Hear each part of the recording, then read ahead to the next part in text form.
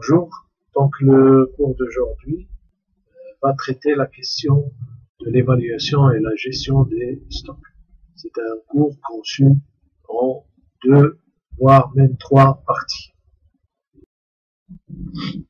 Voici les objectifs. Donc tout d'abord, on va définir ce que c'est que la notion de gestion de stock. Et deuxième objectif à atteindre, savoir rédiger une fiche de stock simple. Alors on va commencer premièrement par définir ce que c'est que la gestion des stocks. Alors la gestion des stocks consiste à évaluer le niveau des produits en stock dans l'entreprise en termes de quantité et de coût en tenant compte des entrées et sorties de marchandises afin de réguler les commandes, c'est-à-dire gérer les commandes et à l'avance, comme on verra tout à l'heure. Au-delà des quantités, la notion de coût est une donnée importante. Les produits en stock représentent une charge financière pour l'entreprise parce que ça immobilise de l'argent tant qu'ils ne sont pas utilisés dans une production culinaire qui sera vendue. C'est-à-dire, les stocks, il faut les gérer avec prudence. Sinon, ça va engendrer des pertes en termes d'argent, de temps et d'énergie. On va voir ça tout à l'heure. Deuxièmement, voici des indicateurs de gestion des stocks qu'il faut prendre en considération. Ce sont des clignotants, des signaux d'alarme. Alors le premier niveau de stock, c'est le stock d'alerte. C'est la quantité qui détermine le déclenchement de la commande, en prenant en considération les délais habituels de la livraison. 3 jours, 4 jours, 1 semaine, 1 mois, que sait-on? Donc, lorsque le stock arrive à un niveau d'alerte, il faut automatiquement déclencher la commande.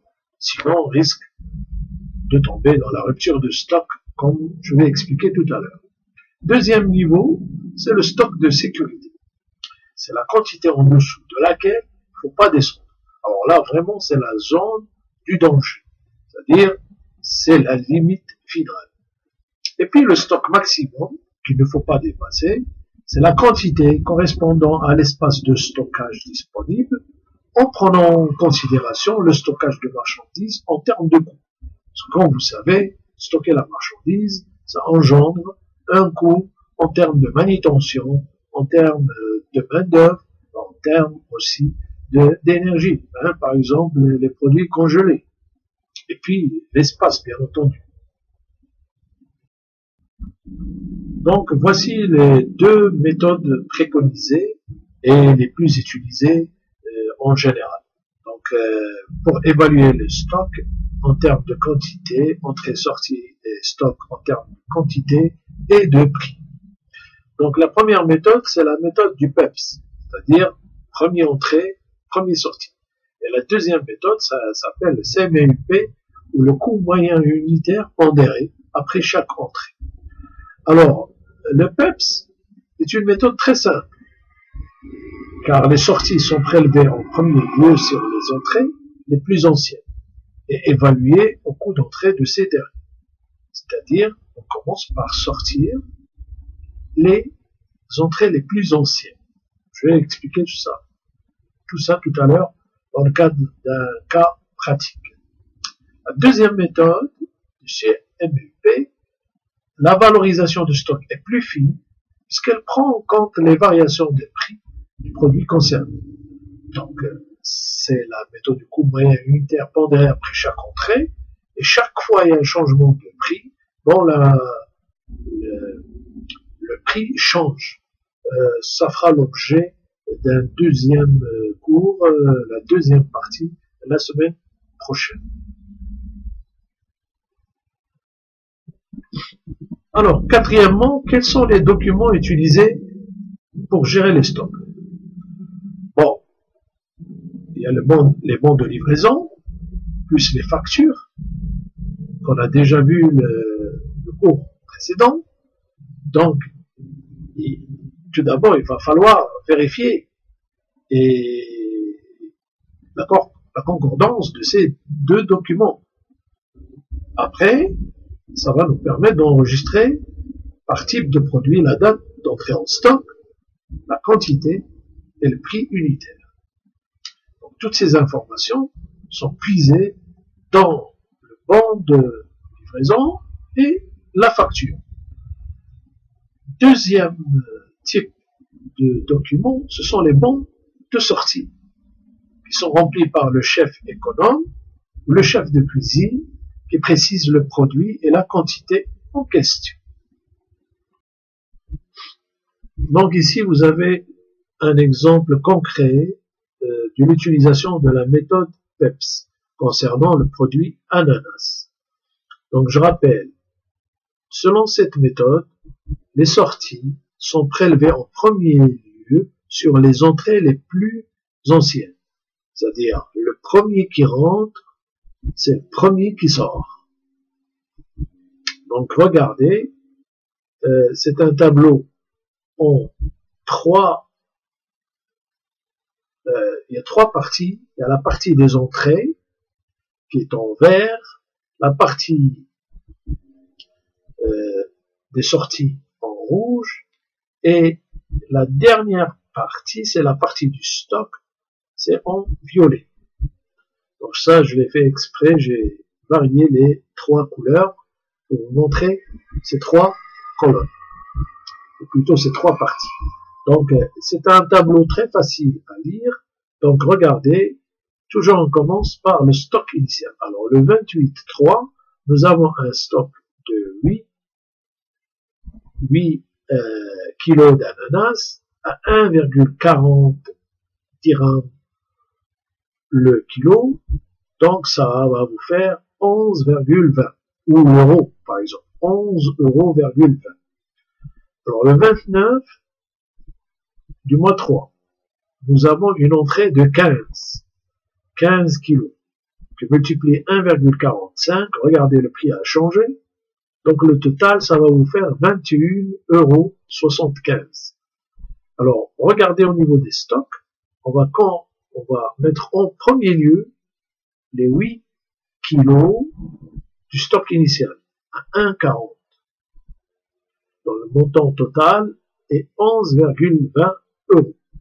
Et en deuxième lieu, toujours dans la rubrique stock, nous avons 15 kilos qui vient d'entrer à 1,45. Regardez, le prix a changé. Donc ça va nous faire un montant de 21,75 €. Alors maintenant, le 29.3, il y a une sortie, c'est-à-dire une sortie de l'économe. On a commandé. La cuisine, par exemple, ou le restaurant a commandé. Il a commandé 18 kilos. Alors, comment on va sortir ces 18 kilos? Donc, on va voir dans le stock. Donc, toujours la méthode. C'est les entrées les plus anciennes qui sortent. Donc, je vais sortir 8 kilos à 1,40. Ça va faire 1,1120 €. Et je vais sortir, après, pour compléter les 18 kilos, je vais sortir 10 kilos à 1,45. Ça va faire 14,50 €. Ces 10 kilos, je les ai pisés dans les 15 kilos. Donc, enfin, au stock, il me reste 5 kilos à 1,45. Dans le total, c'est 7,25 €. Le 33, j'ai une nouvelle entrée. Alors, cette fois-ci, c'est 20 kilos.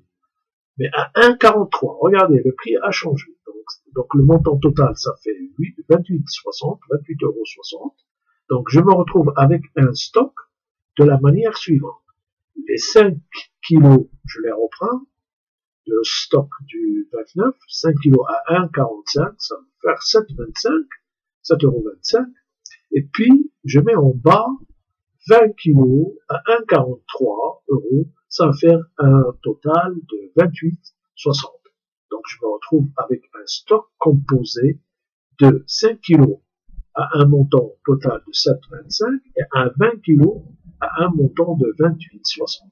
Toujours dans les stocks, je les classe comme ça, les plus anciens et les nouveaux. Alors, le 33, j'ai une sortie. Alors, cette fois-ci, 25 kilos. Alors, comment je vais faire? Je vais puiser tout d'abord dans les premières entrées. Donc, je vais sortir 5 à 1,45, ça va faire un montant de 7,25. Et puis les 20 restants, je vais les sortir des 20 restants du stock à 1,43.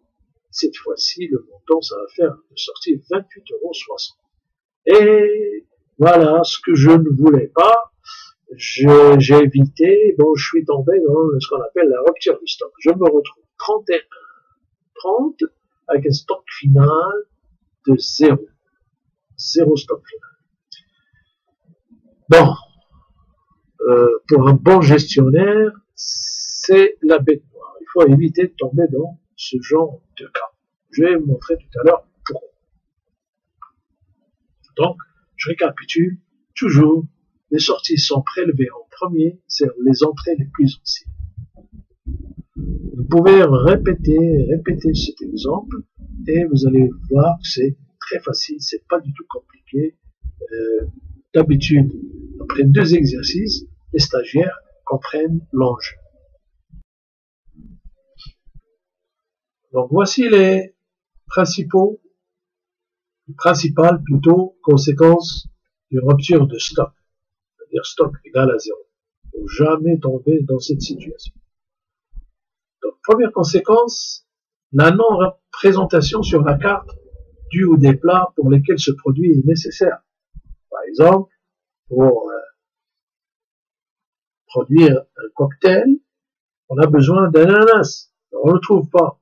Donc on ne peut pas faire le type de cocktail à l'ananas. Une autre conséquence, on se retrouve dans une situation d'absence des ventes où les plats pour lesquels ce produit est nécessaire durant la période de réapprovisionnement, donc une baisse du chiffre d'affaires. Donc tous les produits, les plats qui nécessitent l'utilisation de l'ananas, on ne peut pas les faire tant que le produit n'est pas là.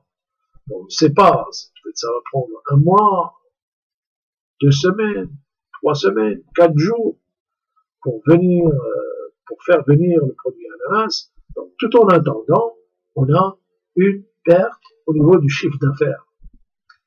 Du personnel avec une charge de travail réduite.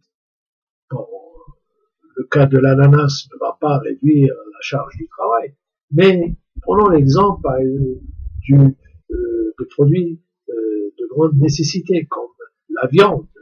Donc vous savez, la plupart des mets aujourd'hui servis dans le cas des restaurants d'hôtels utilisent la viande. Donc avec une absence de viande, on va se retrouver avec du personnel qui chôme, parce qu'il ne peut pas produire les plats de la carte. Une dépendance face au délai de réapprovisionnement. Donc on va toujours attendre. On ne sait pas, ça va prendre 1 semaine, 2 semaines, 4 jours.